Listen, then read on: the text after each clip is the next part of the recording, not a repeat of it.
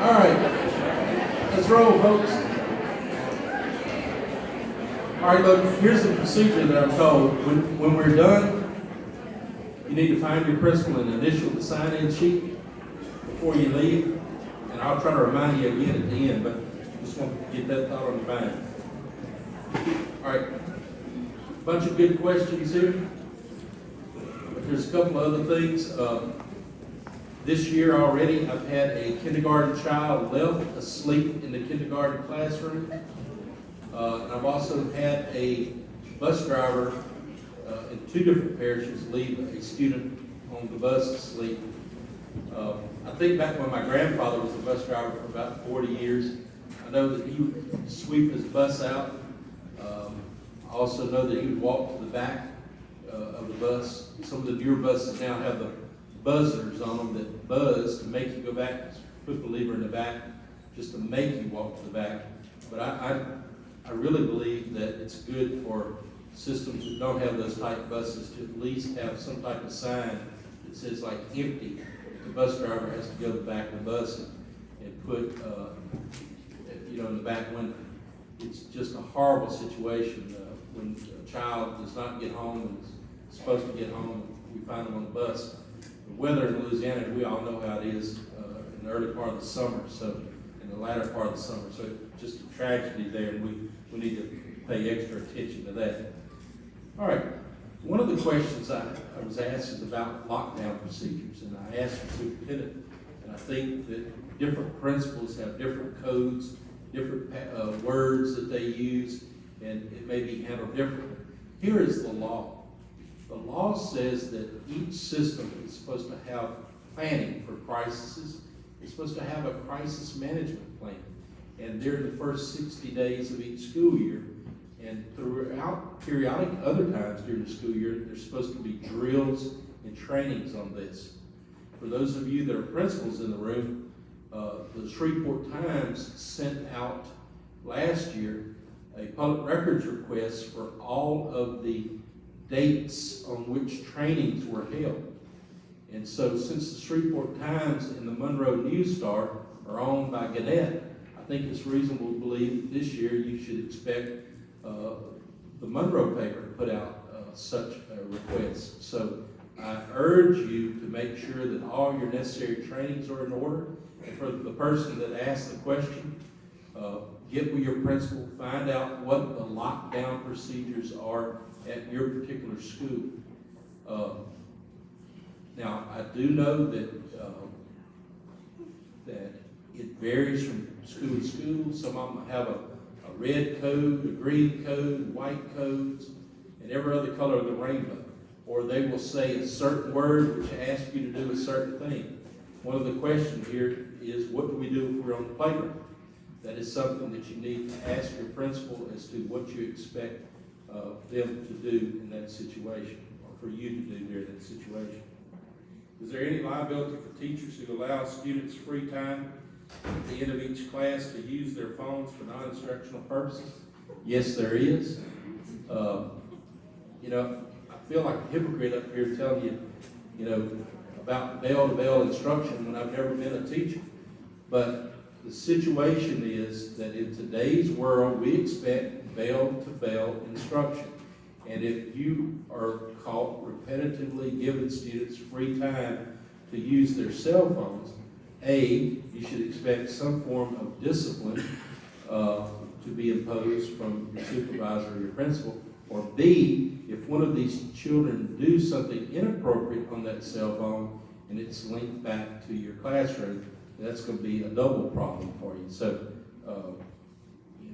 we know as a school that we expect bell-to-bell instruction, and we discourage students using their cell phones during instructional time. I want to talk again about allowing kids to walk around your class. I want to be clear about that. We don't want kids totally unsupervised. So when I say that you don't have to have them lined up like a mother duck following you to the cafeteria, as they get older, you don't have to do that. But at least if you have a long expanse from one part of the campus to the other, there should be someone on the receiving end and someone on the departing end. You don't have to maybe necessarily walk with them the entire 400 steps across, but at least someone is observing them and taking row to make sure that everyone is safely made it to their location.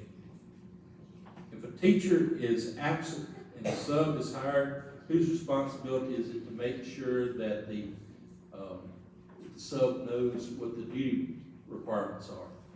Well, let me talk generalities and then I'll come to specifics.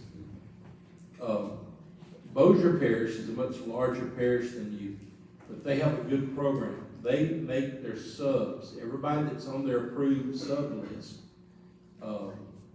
undergoes certain training. And the training can be as little as visiting with the principal and going through the protocol of the expectations.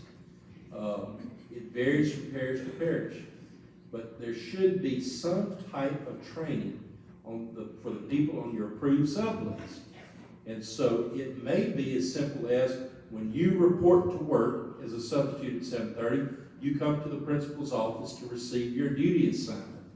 It may be as elaborate as if you are a teacher and you know you're going to be out, that when you leave your lesson plans, you also leave your duty assignment for that week. Okay? So I can't sit up here and tell you this is the gospel, this is the rule. What I can tell you is that principals need to come up with a system for their particular school as to how they want this information conveyed.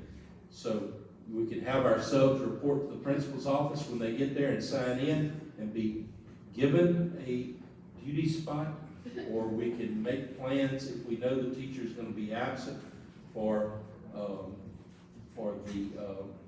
the duty spot to be left, or ever who it is that contacts the sub to tell them, we need a sub today, can you be the sub? That person will convey the duty roster. I don't know how it best works at your particular school, but I think as the instructional leader of that school, the principal, and then our central office ought to come together on that. But I cannot recommend enough that we have some training for our subs. Substitutes need to know when to report, what their expectations are for the role, for the instruction, and everything. It's just, you'll have a much better result if we give some basic instruction to our substitutes. Let's see. What do I do when I've been out for a week and I find items are missing from your desk? All right. First thing is, if it's something really valuable, don't leave it. Any day. Don't leave it from day to day. Don't leave money there. Don't leave a prized gift there. The fact that you left it there doesn't justify anybody taking it though. So when you get back to work, if you notice the item is missing, then you should report it to your principal. If there's a camera in the classroom, the camera footage can be viewed. If there's a camera in the hall and the item can be seen, that may can be viewed. But don't just necessarily assume that it was a substitute, because kids know when the substitute's away. What's that old rule? When the cat's away, the mice shall play. And when the main teacher's not there, the kids can get over sometimes as the substitutes, and perhaps the student got that prized possession. So don't leave anything valuable.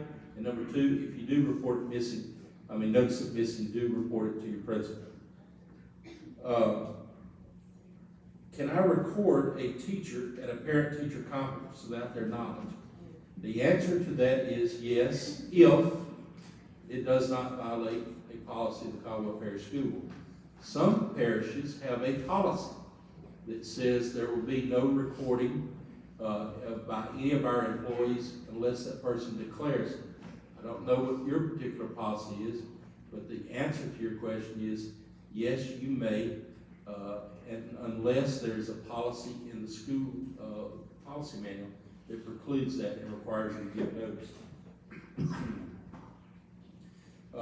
If you're a parent, teacher, and your child participates in sports and other school-wide activities, is it legal to post pics or videos on social media?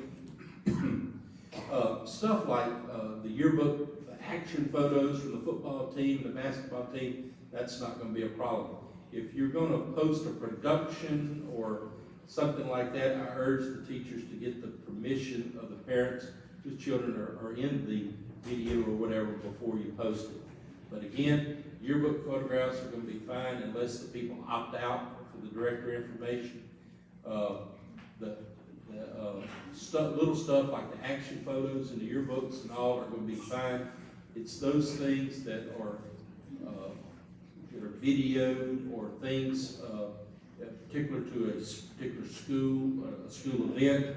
I would urge you to get parental permission before you post those online. And that's the way I would handle that. If the book bag in your scenario is in the locker and I'm told there are drugs in it, I go looking for the drugs, but I open it up and there's a pistol in there, can the student be held accountable for the pistol? The answer to that is yes. It's like you can't say, well, didn't see any drugs there, and move on. So if you open up the book bag and you're looking for drugs and you find a pistol, then you're going to be able to punish it. If you open up the book bags and there's a pack of Camels or Marlboros, you're going to be able to punish them for that too. The situation that you could get in trouble for is you go in there looking for a gun and you find marijuana inside of a matchbox. But some smart butt lawyer is going to say, why were you looking inside of a little bitty matchbox for a pistol? And they're going to say that you were just using the pistol as an excuse to do a willy-nilly to the book bag. So I was at a school board meeting last week and they talked about the monthly searches. I'm certainly not going to mention this school board's name because this is so far out there.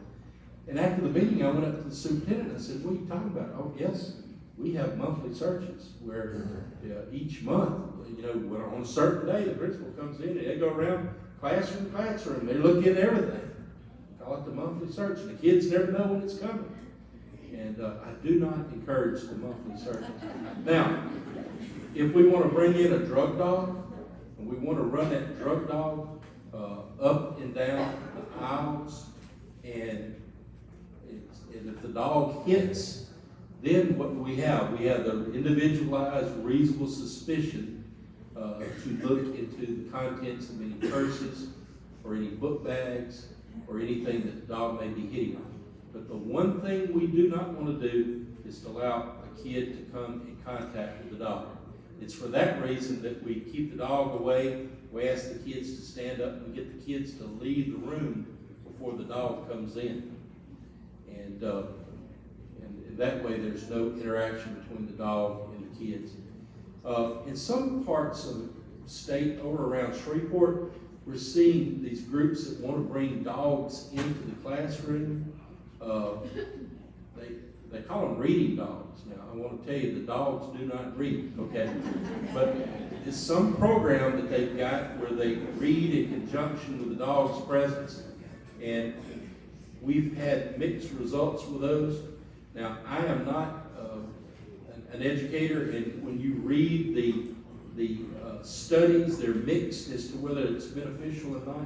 The dogs supposedly have a calming and focusing effect, and they have a whole program that goes along with that. From the lawyer perspective, I'm worried about a dog bite, I'm worried about an allergy, I'm worried about fear of the children, and so in the parishes that tell me they want to do that, we've gone in and we got shop records and we make the handlers produce insurance and stuff like that. Look, when at Law Day this year, there's a whole procedure here. There must be 200 things that you're supposed to be trained in. You're supposed to be trained every year in this crisis management plan. You got an hour in ethics. You got to have an hour. You got to have training on mandatory child abuse reporting. You got to have training in CPR. You got to have even more training in suicide prevention. It goes on and on and on.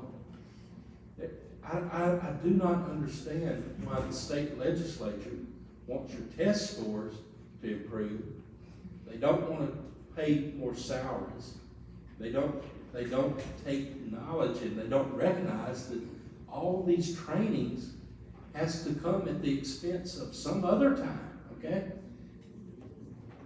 we're stuck with 24 hours and our time is limited. They keep heaping on this stuff.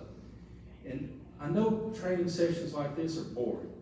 And I know you get tired of hearing me talk, and we're gonna mix that up some in the future for you. But this is an opportunity, so hopefully we can cover a good bit of this at one time, give you the opportunity to ask questions, and tell you how much we appreciate it.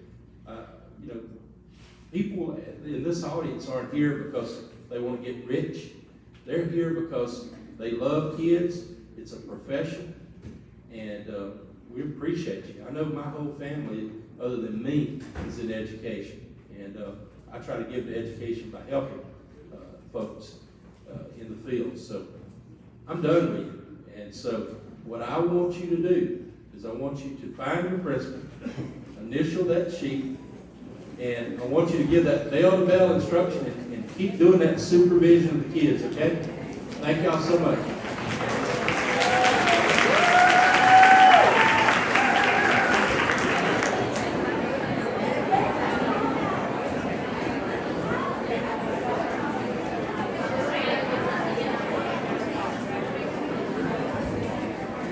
Watch out.